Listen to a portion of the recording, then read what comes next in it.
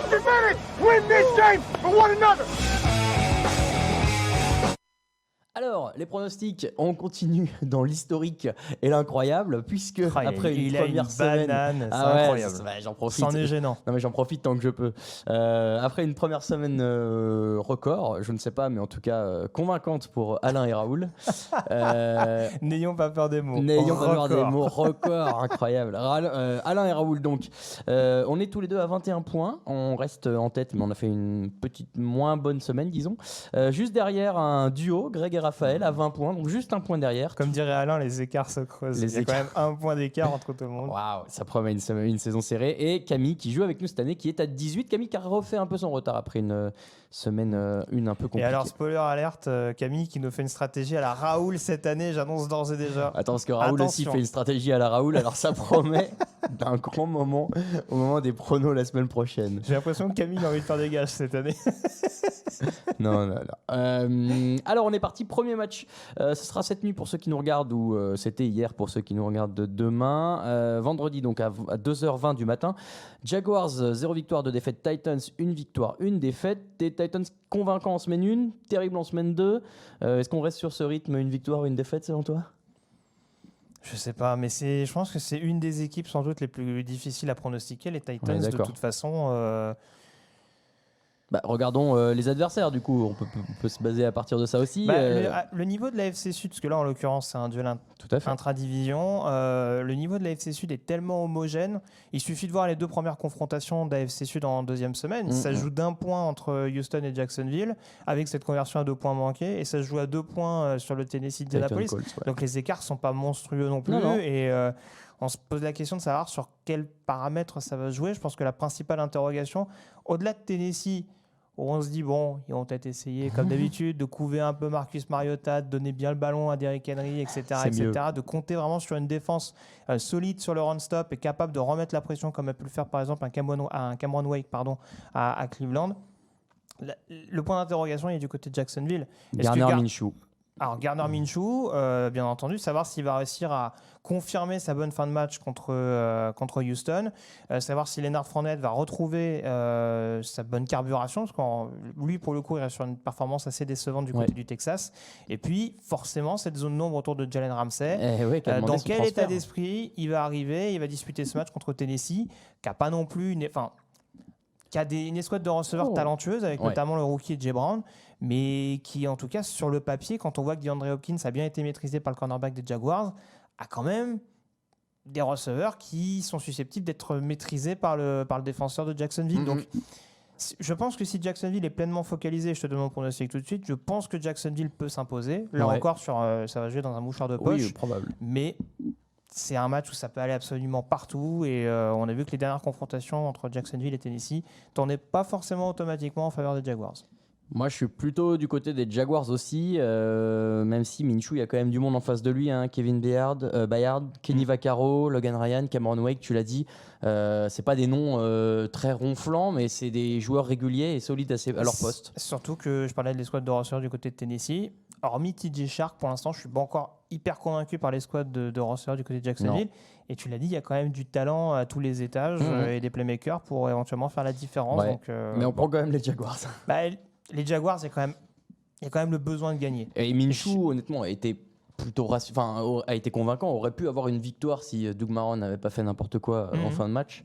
Mais là, démarrer avec une fiche de 0-3, je pense que Doug Marrone ne peut pas se le permettre. Il est beaucoup trop fragilisé en ce moment pour pouvoir se permettre de démarrer la saison à 0-3. Du coup, est-ce que ce serait pas la bonne nouvelle pour les Jaguars ? On verra.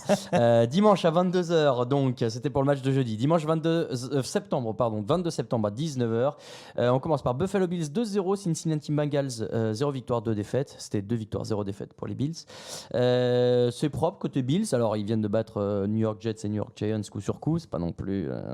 Mais maintenant, est-ce que la marche est beaucoup plus haute face aux Cincinnati Bengals ? J'ai pas l'impression. Pas forcément. Après, Dalton, 729 yards lancés, deuxième de la ligue à ce poste, sur cette stat-là pour l'instant. Ouais. Est-ce que c'est pas un peu trop d'ailleurs, parce que dans la mesure où ça apporte pas grand-chose ? Je vais exagérer grossièrement, mais bon, c'est 729 yards, dont 602 à Seattle. Encore une fois, en caricaturant un peu, vu les big plays qui ont été autorisés au quarterback des Bengals ce jour-là. C'est sûr, contre San Francisco, on l'a vu beaucoup plus en galère. Il y a un backfield offensif du côté de Cincinnati. Alors, Joe Mixon a composé avec les blessures également, donc c'est pas à mettre de côté. Mais en tout cas, face à ce run-stop de Buffalo que je pense capable de monter en régime au fil de la saison avec les Tremaine Edmonds, les Ed Oliver, les Matt Milano, ça peut quand même être un peu compliqué. Ça peut remettre une certaine pression sur les épaules d'Andy Dalton. Qui n'aime pas la pression. Et je pense que oui, on va se retrouver dans la même configuration qu'en effet les 2 matchs à New York, c'est-à-dire que Buffalo, sans être extraordinaire en attaque, va s'appuyer sur une défense solide et appliquée et sur un jeu au sol avec le duo Gore-Singletary qui va permettre à cette équipe de dérouler tranquillement et d'être sans faire trop de bruit à 3 victoires en 3 matchs. Ouais, je suis assez d'accord. Ce sera un match un peu garde tranchée, ça va progresser doucement, ça va arrêter doucement. Mais on a vu que ça, j'en ai pas parlé, mais la ligne offensive des Bengals, que ce soit à Seattle ou contre San Francisco, elle a beaucoup souffert. Ah bah, c'est pas une nouveauté, ça, donc, malheureusement. contre Buffalo, encore une fois, dans une équipe coachée par McDermott, ça peut ne pas pardonner. Plutôt Buffalo Bills, pour nous, effectivement, ça a l'air un peu à leur portée, plus à leur portée. Philadelphie, une victoire, une défaite. Détroit, une victoire, un nul. Et oui, il y a déjà des nuls, merci à tous. Les Eagles, finalement, pas si dominateurs que ça. On les voyait un peu favoris de leur division avant le début de la saison. C'est 2 matchs un peu poussifs. Est-ce qu'on les a vus trop beaux ? Je ne sais pas si on les a vus trop beaux, mais j'ai des airs de déjà-vu, en fait. Des airs de déjà-vu dans le sens où on a l'impression que Philadelphie joue des matchs à moitié. Et attends, Carson Wentz n'est pas encore blessé. Là, ça serait déjà vu. En tout cas, il y a quand même 2 semaines où il démarre mal. Limite, carrément, il ne démarre pas. Contre Washington, c'était assez criant. Et on va dire, à l'orgueil, avec quand même du talent, parce que malgré les blessés qu'ils ont, je trouve que ça reste quand même complet sur pas mal de postes. Ils arrivent quand même à revenir un peu au forceps et à s'accrocher jusqu'au bout. S'ils gagnent à Atlanta, il n'y a pas de scandale non plus. C'est vrai. On rappelle que Nelson Agholor est à 3 doigts de permettre aux Eagles d'être à 2-0. 3 doigts, ça suffit pour certains receveurs. Donc, il va falloir quand même être un peu plus constant et surtout démarrer d'entrée contre Philadelphie. Ça tombe bien. Contre Détroit, écoute, je ne sais pas trop quoi en penser de cette équipe des Lions. Ils ont bien été aidés quand même la semaine dernière par les Chargers, je dis ça de manière très objective. Mais eux, ils sont pas plus constants, en l'occurrence. C'est ça, en fait, c'est 2 dynamiques un peu similaires finalement. Ouais, après, je suis quand même plus rassuré parce que je vois de Philadelphie que de Détroit. Bien sûr, sur le papier, mais honnêtement, il y a quand même de quoi faire. Du côté de Détroit, je suis d'accord que dans ce match-là, de toute façon, moi je vais pronostiquer Philadelphie, mais le début de saison me rassure pas beaucoup plus d'un côté comme de l'autre. C'est ça que je voulais dire. C'est ça, et puis on rappelle qu'il y a quand même beaucoup de blessés du côté des Eagles, au point qu'ils ont dû annuler un entraînement cette semaine, tellement il y avait peu de joueurs valides. Terrible. Ils ont fait donc croisé, c'est sûr du coup, que là, en l'occurrence, on va dire que je suis très sévère avec Matt Patricia, mais là, en l'occurrence, j'ose espérer quand même qu'on va voir autre chose que la bouillie qu'ils nous ont proposée contre Los Angeles, où ils ont quand même essentiellement dû compter sur les errements du kicker-punter de Los Angeles et sur les mauvais choix offensifs de l'équipe californienne. Là, j'espère qu'ils vont quand même montrer autre chose et qu'ils vont s'accrocher un petit moment quand même à cette équipe de Philadelphie. Ça peut être serré, mais Philadelphie, je pense, doit aller gagner ce match aussi pour se rassurer. Celui-là, il va aller vite. New England Patriots, 2 victoires, 0 défaite. New York Jets, 0 victoire, 2 défaites. Compliqué pour les Jets qui jouent avec Luke Falk, du coup, titulaire. Tiens, sais-tu qu'en 2001, semaine 3, un petit gamin sélectionné au 6e tour avait dû jouer titulaire pour les Patriots pour la première fois de sa carrière face aux Colts, alors invaincus? Tom Brady, évidemment. Donc tu es en train de nous annoncer que Luke Falk est le nouveau Tom Brady. Très bien. Est-ce que Luke Falk aura la même histoire que Tom Brady? Je ne pense pas. Je sais pas trop. Non, c'est même pas que je sais pas trop. C'est que, en tout cas, mine de rien, le fait que Trevor Siemian se soit blessé relativement rapidement lors du Monday Night, ça lui a permis de se faire un petit peu la main contre Cleveland. Et bon, même si encore une fois, de toute façon, il peut pas faire grand-chose. L'équipe est tellement dépeuplée un peu partout. Et il était déjà de base après l'intersaison au niveau du poste de receveur et de la ligne offensive. Ça, c'était avant l'intervention de la Matei Ickers. Faut pas lui demander des miracles non plus à l'ami Luc, mais bon, c'est sûr que là, oui, c'est ça. Bon, c'est bien, ça va faire une petite montée en régime pour New England. On se doutait un petit peu que ce début de calendrier les ferait pas forcément suer outre mesure. Non, mais ils se jouent à fond, ce qui est nouveau, je sais pas, mais ce qui change un peu des années précédentes où quand il n'y avait pas besoin de faire plus, ils faisaient pas plus. Là, on laisse Tom Brady jusqu'au bout et puis on lance des touchdowns, on s'en fiche. En attendant, ils ont déjà pris de touchdowns depuis le début de la saison. Je pense qu'ils vont poursuivre leur série face à New York. Ce serait incroyable. Je sais pas parce que Le'Veon Bell va paraître quand même un petit peu seul face à cette défense des Pats. New England. Bah non, les Jets. Excellent. Attention, tout ce que tu dis est compilé par notre ami Joachim et validé ensuite ou non. Non, Alors, New England, bien New entendu. England. Minnesota Vikings, une victoire, une défaite. Oakland Raiders, une victoire, une défaite. Est-ce que c'est le match que les Vikings vont largement gagner avec un Cousins en feu, des receveurs spectacles, un Dalvin Cook inarrêtable et qui va lancer les faux espoirs des Vikings? Moi, j'ai pris oui en réponse du coup, mais c'est un peu de la triche. Ouais, non, Et si derrière ils vont dire waouh, incroyable, ça y est. Cette équipe des Raiders, ça me paraît pas autant au fond du trou, notamment. Alors, j'allais dire notamment en défense. Alors, c'est sûr qu'il y a ce deuxième carton absolument cauchemar contre Patrick Mahomes, mais il faut voir le phénomène qui est en face aussi. Ouais. Tout n'est pas parfait, très clairement. Ce serait bête de dire ça, mais en tout cas, je sens défensivement qu'il y a quand même un peu plus de choses qui me rassurent. Du côté de Minnesota, on a l'air quand même d'être un peu plus à l'aise à la maison qu'à l'extérieur. En tout cas, c'est ce qui transparaît de leurs 2 premières semaines où ils ont marché sur Atlanta dès le début du match. C'est chez eux là, il me semble. Oui, c'est à Minnesota. Donc c'est pour ça que j'irais plutôt vers les Vikings en l'occurrence. J'ai peur que Derek Carr, qui doit se remettre en confiance après sa décevante deuxième mi-temps contre Kansas City, soit un peu étouffé par ce pass rush de Minnesota d'entrée, comme ça a été le cas pour Matt Ryan en première semaine. Donc j'y vais avec Minnesota en l'occurrence. Minnesota pour moi aussi. Kansas City Chiefs, 2 victoires, 0 défaites. Baltimore Ravens, 2 victoires, 0 défaites. On en a parlé tout à l'heure, on prend tous les deux les Chiefs. Indianapolis Colts, 1 victoire, 1 défaite. Atlanta Falcons, 1 victoire, 1 défaite. Alors, on va commencer par le prono. Greg, tu pronostiques Indianapolis du coup? Bah, tu sais très bien ce que je pronostiquais. Par Très superstition, oui, je dis Indianapolis. Donc maintenant, convainc-moi que les Falcons peuvent gagner. J'ai vu du mieux en défense. Je pense que... Alors, j'ai vu du mieux en défense. Je ne sais pas quelles données ça peut avoir dans le sens où les Colts ont l'air quand même d'être repartis avec de bonnes fondations dans les tranchées, avec encore une fois une ligne offensive qui s'annonce hyper motivée, dur en tout cas à bouger. Il suffit de voir les pancakes de Quentin Nelson depuis le début de la saison pour s'en rendre compte. Donc je pense que là-dessus, il va y avoir du boulot à faire. Après, c'est surtout offensivement qu'il va falloir trouver les clés. Je le dis, cette défense d'Indianapolis, un peu comme d'autres dans la ligue, elle plie mais n'auront pas. En tout cas, je n'ai pas l'impression qu'elle ait énormément de playmakers. Maintenant, vu les erreurs qu'on a vues de Matt Ryan lors du Sunday Night Football, c'est des choses qui peuvent se compliquer un petit peu. Après, très franchement, moi je te dirais, si Atlanta est appliqué du début à la fin, pour moi, les Falcons sont quand même un poil plus favoris. Après, il ne faudra pas commettre les erreurs qui ont été commises contre les Eagles parce qu'on voit qu'Indianapolis reste une équipe opportuniste et une équipe capable de gagner quand on lui en laisse la possibilité. Ils l'ont montré du côté de Tennessee. Est-ce que le duo Brissett-Hilton à un très bon niveau peut concurrencer un duo Matt Ryan-Julio Jones en méforme? Oui, en tout cas, encore une fois, on a vu que quand il fallait qu'il soit décisif, ils l'ont été à Nashville. Puis tu vois Hilton, voilà, je veux dire, peu importe le quarterback qu'on lui met dans les pattes, donc globalement, il fait toujours ses stats. Et là encore, je pense que son match-up avec Desmond Trufant, qui reste sur 2 interceptions contre Philly, ça peut être quand même quelque chose d'assez excitant à voir. Mais très clairement, je pense que T.Y. Hilton sera le principal détonateur de cette attaque. Maintenant, il faut voir aussi le jeu au sol. On a vu qu'il y a eu ce big play de Jordan Wilkins qui a favorisé les choses du côté d'Indianapolis. Marlon Mack fait un bon début de saison. Alors, il y a eu Marlon Mack contre les Chargers. Ouais.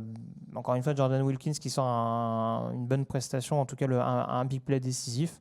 Il faudra voir si les Colts arrivent encore à être assez équilibrés offensivement. Oui, je pense qu'ils ont clairement un coup à jouer et une victoire n'est pas à exclure. Du coup, je vais te rejoindre, je vais prendre les Colts contre Atlanta. Green Bay Packers, 2 victoires, 0 défaites. Denver Broncos, 0 victoire, 2 défaites. La saison va être longue à Denver. Ça me. Honnêtement. Je trouve pessimiste. C'est pas les Dolphins, mais bon. Non, mais encore une fois, je les annonce pas en playoff. Faut pas me faire dire n'importe quoi. Mais dans leur division, c'est dur. J'ai l'impression qu'on en parle comme si c'était Miami à l'heure actuelle. Je pense qu'il y a quand même beaucoup plus d'éléments rassurants. C'est une équipe qui est clairement en transition, notamment en attaque. Non, mais toute proportion gardée, le Flash de la Courneuve a plus d'éléments rassurants que Miami Dolphins. J'ai pas regardé les matchs du Flash de la Courneuve, mais bon. Si tu prends la dernière saison, il y a des choses compliquées aussi. Je n'y connais rien. Mais bon, tout, ça, ne me faites pas dire ce que j'ai pas dit. C'est une petite parenthèse non, qui mais n'a bon, rien à voir. Voilà, Denver, c'est que ça va pas être une super saison. Voilà, là, clairement, mais j'en parlais mardi. Joe Flacco, il a joué la défense de Chicago et il a quand même rendu une copie assez propre contre mais insuffisante, finalement. Oui, mais encore une fois, mais Si Denver gagne 14-13 et que Pinheiro il rate son field goal, tu dis quoi? Tu dis Denver, ils ont réussi à arracher leur victoire, ça peut éventuellement Joe les mettre Flacco, en la confiance. renaissance, les gens partent en folie. Non ouais. mais là il y a une grosse défense de nouveau qui se présente devant Flacco. Je pense que ce sera beaucoup plus dur parce que déjà ce sera en déplacement et que bon. C'est pas encore Mitch Trubisky en face du coup. Green Bay a l'air d'avoir un peu plus de certitude que Chicago en ce début de saison. Maintenant, je pense que paradoxalement, ce qui m'intrigue le plus, c'est le match-up entre l'attaque des Packers et la défense des Moi Broncos, aussi. dans le sens où c'est deux escouades qui, malgré les spécialités de leur head coach respectifs, présentent quelques zones d'ombre. Le pass rush d'un côté, on va dire les prestations globales d'Aaron Rodgers de l'autre. Il y a quand même quelques secteurs où on est censé essayer de se rassurer. Est-ce qu'on est inquiet des petites tensions qui naissent déjà entre Aaron Rodgers, dont on découvre petit à petit le caractère compliqué, et son nouveau coach? Ça fait longtemps qu'on a découvert qu'il avait un Non, caractère un après, peu à part. honnêtement, depuis cet été, ça a été exacerbé. Il y a beaucoup de choses qui ont été sorties dans la presse, qui sont dites d'anciens coéquipiers et tout. Oui, on savait déjà qu'il avait un petit caractère, mais moi, cet été, j'ai l'impression d'avoir découvert qu'Aaron Rodgers était un peu un sale gosse dans le vestiaire, quoi.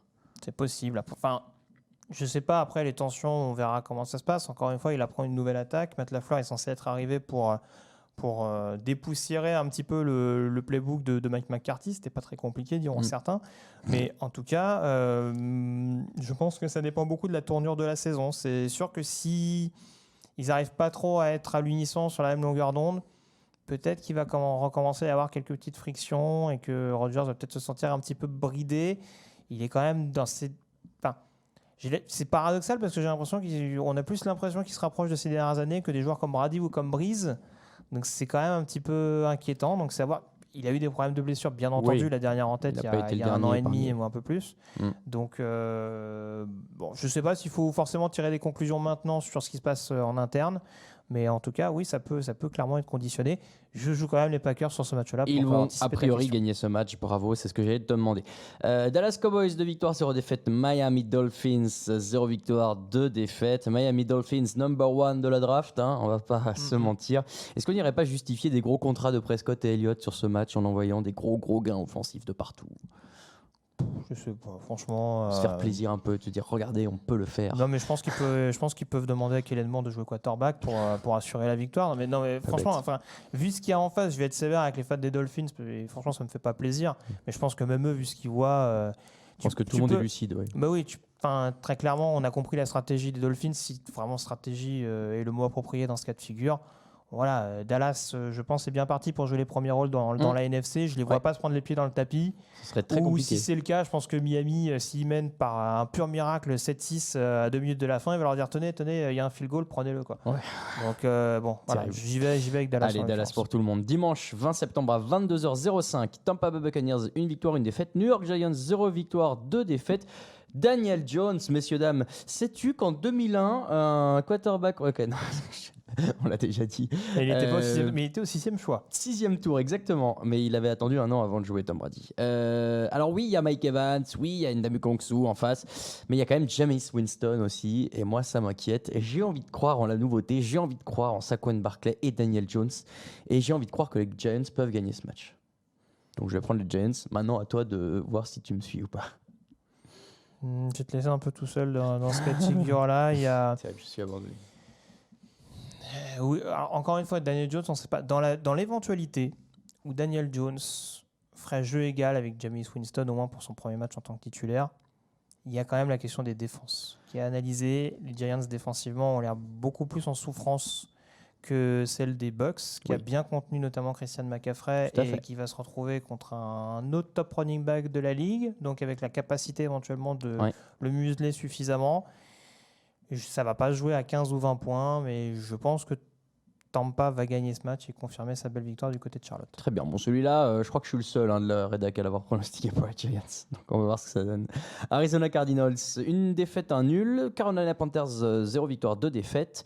Cam Newton, pas Cam Newton, on n'est pas encore sûr. Alors, pour l'instant, ça sent un peu le pâté. Hein. Ouais, de toute façon, même s'il joue, il ne sera pas complètement à fond. Et on sait que Cam Newton à fond, c'est pas ça. Sans lui, de toute façon, c'est plus dur aussi. Hein. En face, Kyler Murray a lancé 300 yards pour ses 2 premiers matchs en carrière. Sais-tu quel autre quarterback l'avait fait? Indice, j'ai mentionné son nom 5 secondes avant. Ah, Cam Newton. Et Cam Newton, c'est marrant comme quoi, les petits hasards de la NFL. Il y a David Johnson et il reste encore Larry Fitzgerald du côté d'Arizona. Ils vont avoir du boulot avec la défense de Carolina qui est quand même toujours plus ou moins une référence, en tout cas en NFC et dans la ligue en général. Mais j'ai envie de croire que les Panthers peuvent arracher quelque chose, mais je suis pas convaincu. Ah, écoute, je vais tuer le tout de suite. Très franchement, j'avais mis les Cardinals avant d'apprendre que Cam Newton était plus qu'incertain pour jouer ce match. C'est que ça donne ton ressenti. Je sais pas, il y a quelque chose du côté de Carolina qui semble s'être... Enfin, j'allais dire qui semble s'être cassé, oui. Apparemment, il y a pas mal de choses qui semblent être cassées chez Cam Newton. Le pied de Cam Newton, déjà. Mais le sens du look aussi. C'est quand même... Oui, bah ça, par contre. Bon, bref, On le découvre c'est pas le sujet. Non, après, c'est quand même un peu embêtant. Alors, je sais que certains diront que c'est facile de dire ça. C'est quand même un peu embêtant que les résultats de Carolina dépendent autant de l'état de forme de son quarterback. Bah, il y a beaucoup d'équipes comme ça. Hein. Après, on sait qu'il joue beaucoup sur son physique. Quand il est au top, c'est dommage. Forcément, s'il y a des choses qu'il ne peut pas faire, bah, peut-être qu'au niveau de la passe, les petits pépins qu'il peut avoir, ça se ressent également un peu plus. Voilà, peut-être que sa morphologie, on va dire, a un impact directement sur le style de jeu dans la foulée, mais là, ils sont à 0-2. Ouais. Faut quand même pas oublier qu'ils ont enchaîné je sais plus. Enfin, hormis la victoire face aux Saints l'année dernière, du côté de New Orleans en dernière semaine de saison régulière, je crois que les Panthers sont à 9 ou 10 défaites consécutives. Je trouve que ça fait quand même un peu beaucoup, même si en effet c'est lié à la blessure de leur playmaker offensif. On est d'accord. Moi, je prends les Panthers quand même, mais parce que je crois que la défense peut un peu faire déjouer les Cardinals. Non, mais ça peut. J'ai été vraiment surpris par Kyler Murray. Donc tu prends les Cardinals, pardon. Je joue Arizona. On enchaîne à les matchs de 22h25. San Francisco 49ers, 2 victoires, 0 défaites. Steelers, 0 victoire, 2 défaites. C'est Mason Rudolph qui sera à la baguette. Déjà qu'avec Big Ben, c'était chaud. Là, ça craint, quoi. Bah non, mais oui, si t'as ton quarterback star qui est blessé et que tu perds 2 matchs avec lui, est-ce que Juju Smith-Schuster est pas un peu seul en attaque dans cette équipe? Oui, forcément. Bah non, mais voilà. Il y a trop de points d'interrogation offensivement du côté de cette équipe des Steelers. Il y a un jeu au sol que je trouve beaucoup moins incisif que ces dernières années. Il n'y a plus les Bell. Et puis tout simplement, je trouve qu'il y a une ligne offensive qui a l'air d'être un peu plus en délicatesse, un peu plus en transition. Je ne sais pas exactement comment déterminer ça, mais je la trouve quand même un peu moins séduisante que l'année passée. Ouais. Alors c'est sûr que à ça étaient liés aussi les problèmes de Ben Roethlisberger qui, on l'a vu, mettait peut-être un petit peu plus de temps à lancer ses ballons. Là, avec Mason Rudolph, on va dire la fougue de la jeunesse, il peut déjà, on va dire, peut-être trouver des lectures un peu plus rapides et éventuellement trouver des solutions un peu plus rapidement. Mais c'est pareil, tu le disais, hormis Juju Smith-Schuster, alors il a trouvé une connexion avec Vance McDonald, son tight end, avec 2 TD le week-end dernier. Mais bon, oui, tu vas pas toujours pouvoir t'appuyer sur McDonald, qui en plus n'a pas des mains extraordinaires. C'est pas un des tight ends les plus réputés dans la ligue pour ça. San Francisco en face, début tranquille, bien en rythme, ils avancent sur leur petit bonhomme de chemin. Moi, je vais leur donner la continuité, donc je prends San Francisco. Ils auront plus de fil à retordre, je pense, sur le jeu au sol, mais j'y vais avec San Francisco également.